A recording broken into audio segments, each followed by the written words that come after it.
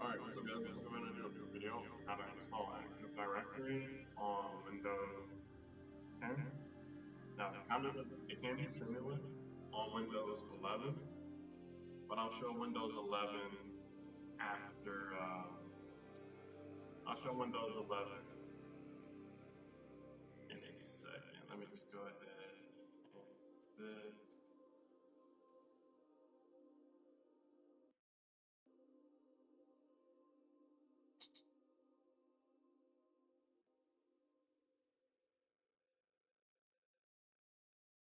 Alright, so on Windows 10, on my virtual machine, Windows 10, first, what you want to do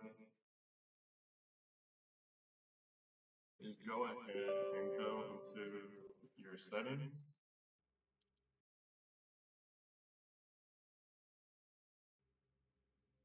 And once you're in your settings, now it depends on which Windows 10 version you have. Uh, I don't know exactly which, I just know they're in different locations, but there's a location where you can go into apps. This may be located for you, again, depending on the version.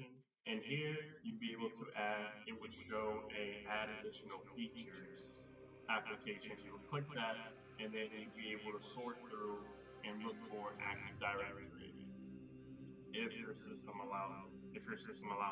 But for my Windows 10 version, it's not located here in Active Features. Actually, it'd be located in my system. And then it'll be over here on the sidebar. I'll scroll down and you'll see optional features.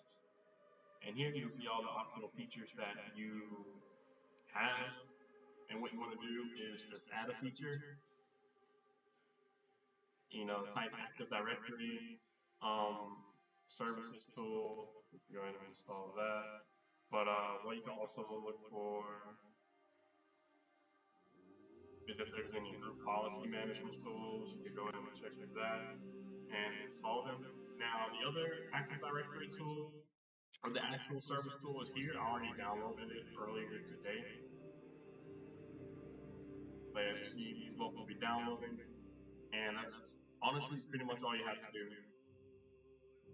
And that is how you download Active Directory for your system. I can go ahead and search for it now. Active Directory. PowerShell, look for user and computer. That will be the one we install. Open it.